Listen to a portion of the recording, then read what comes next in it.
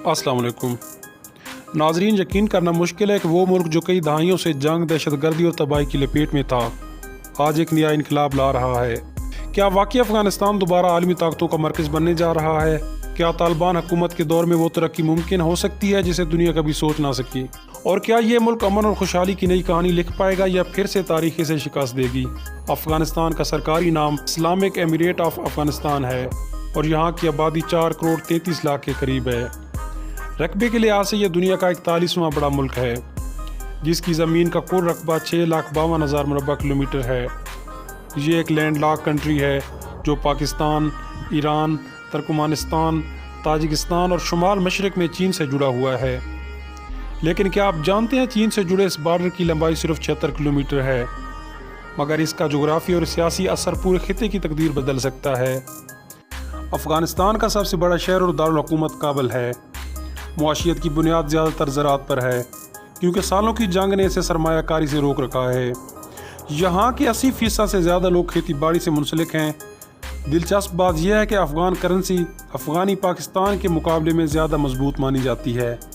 अफ़गानिस्तान की 2 सरकारी ज़बानें पश्तो और दरी हैं। यहाँ की 99% आबादी मुसलमान है, जिनमें 85% सुन्नी और 15% शिया शामिल हैं। ये मुल्क एम्पायर्स के कब्रिस्तान के नाम से मशहूर है, क्योंकि दुनिया की कोई भी ताकत यहाँ ज़्यादा देर टिक ना सकी। चंगेज़ खान से लेकर ब्रिटिश एम्पायर, सोवियत यूनियन से लेकर अमेरिका तक सबको यहाँ शिकस्त हुई।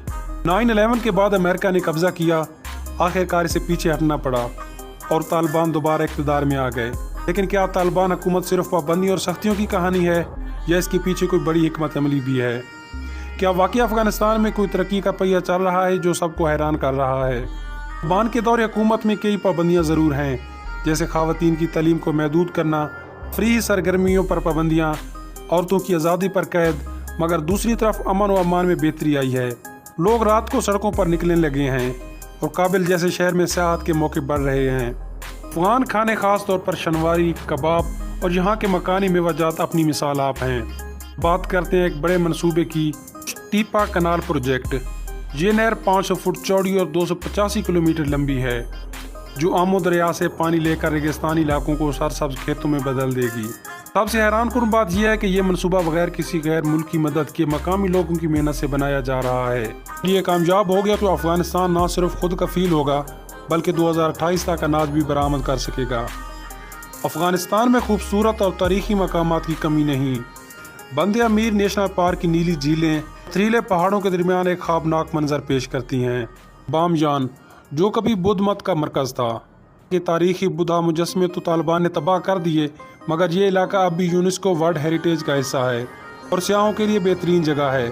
क्या आप जानते हैं काबुल में बाबर गार्डन में मुगल शहंशाह ज़हीरुद्दीन बाबर की कब्र मौजूद है और मज़ार शरीफ में नीली मस्जिद को हज़रत अली रज़ी अल्लाह तआला अन्हु की कब्र मुबारक कहा जाता है, अगरचे इसकी कोई हतमी सबूत नहीं मिला।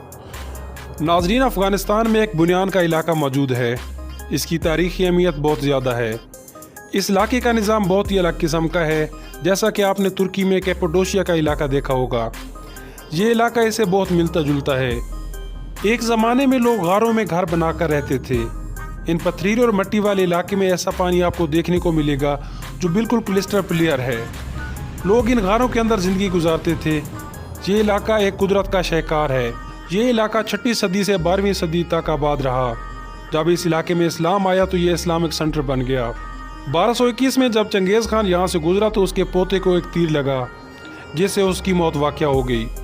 चंगेज़ खान को इतना गुस्सा आया कि उसने इस शहर के हर शख्स को बेदर्दी से कत्ल कर दिया। अफ़गानिस्तान का कैपिटल काबिल है, जबकि यहाँ के सिर्फ 24% लोग ही शहरों में रहते हैं और 76% लोग गाँव में आबाद हैं। अगर अफ़गानिस्तान की मौशियत की बात करें तो 2024 में इसकी GDP तकरीबन $17.8 बिलियन थी और फ़ीकास आमदन $411 के करीब है, जो कि दुनिया के कई गरीब ममालिक से भी कम है। मगर जो मंसूबे अब चल रहे हैं वो इस मुल्क को बदल सकते हैं। 19वीं सदी में बरतानिया ने अफ़गानिस्तान पर कई बार हमला किया, जिसे हम अंग्रेज़ अफ़गान जंगें भी कहते हैं, मगर अफ़गानियों ने शदीद मुज़ाहमत की। इसके बाद 1979 में रूस ने अफ़गानिस्तान पर हमला किया और एक नई जंग का आगाज़ हुआ। جس میں امریکہ، پاکستان، سعودی عرب اور دیگر ممالک نے مجاہدین کی مدد کی۔ 1999 میں روس کو شکست ہوئی لیکن افغانستان خانہ جنگی کا شکار ہو گیا۔ 1996 میں طالبان نے کابل پر قبضہ کیا اور شریعت کے نام پر سخت قوانین نافذ کیے، مگر 2001 میں امریکہ پر حملوں کے بعد امریکی افواج نے افغانستان پر چڑھائی کی اور طالبان حکومت کو گرا دیا۔ اگلے 20 سال افغانستان میں نیٹو افواج کی موجودگی میں گزرے مگر امن کا خواب کبھی پورا نہ ہو سکا۔ 2021 میں امریکی فوج کے انخلاء کے بعد طالبان نے دوبارہ افغانستان پر کنٹرول حاصل کر لیا۔ دنیا حیران رہے گی کہ یہ طالبان پہلے جیسے نہیں تھے۔ ان کا رویہ نسبتاً نرم اور بین الاقوامی سطح پر سنجیدہ دکھائی دیا، مگر خواتین کی تعلیم، میڈیا کی آزادی اور عالمی تعلقات اب بھی سوالیہ نشان ہیں۔ آپ کو یہ جان کر حیرت ہوگی کہ افغانستان میں چین بیلٹ اینڈ روڈ منصوبہ کے ذریعے سرمایہ کاری کر رہا ہے۔ قندھار اور ہرات میں سڑکیں، ڈیمز اور ریلوے لائن تعمیر ہو رہی ہیں۔ افغانستان میں تانبے، سونے اور لیتھیم کے بڑے ذخائر موجود ہیں جن پر دنیا کی بڑی طاقتوں کی نظریں ہیں۔ یہ معدنیات افغانستان کو اقتصادی طور پر بدل سکتی ہیں۔ افغانستان صرف جنگ کا میدان نہیں بلکہ ایک جنت نظیر سرزمین ہے۔ بامیان کے بدھ مت مجسمے، سالنگ پاس کی برفیلی چوٹیاں اور بند امیر کی نیلی جھیلیں دیکھنے سے تعلق رکھتی ہیں۔ اگر امن قائم ہو جائے تو افغانستان سیاحت میں دنیا کی خوبصورت ترین ممالک میں شامل ہو سکتا ہے۔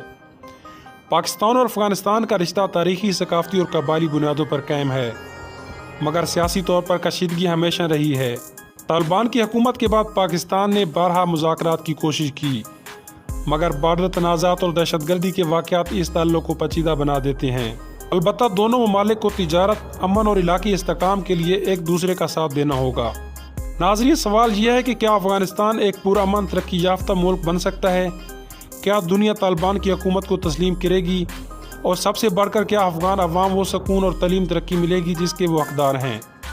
افغانستان کی داستان اب بھی جاری ہے۔ اس کا ہر صفحہ تاریخ کی کتاب میں سنہری یا خونی حروف سے لکھا جا رہا ہے۔ دوستو، افغانستان کی تاریخ، ثقافت اور عوام کا جذبہ ہمیں سکھاتا ہے کہ چاہے حالات کتنے بھی خراب ہوں، اگر قومیں متحد ہوں تو کامیابی ممکن ہے۔ طالبان حکومت کی کچھ پالیسیاں متنازع ضرور ہیں، مگر یہ ملک ترقی کی راہ پر گامزن ہو گیا ہے اور یہ سب کے لیے ایک مثال ہوگی۔ اگر آپ کو یہ ڈاکومنٹری پسند آئی ہو تو ہمارے چینل ٹورپیڈیا اردو کو سبسکرائب کرنا مت بھولیے۔ ملتے ہیں نیکسٹ ویڈیو میں، تب تک اپنا خیال رکھیے۔ اللہ حافظ۔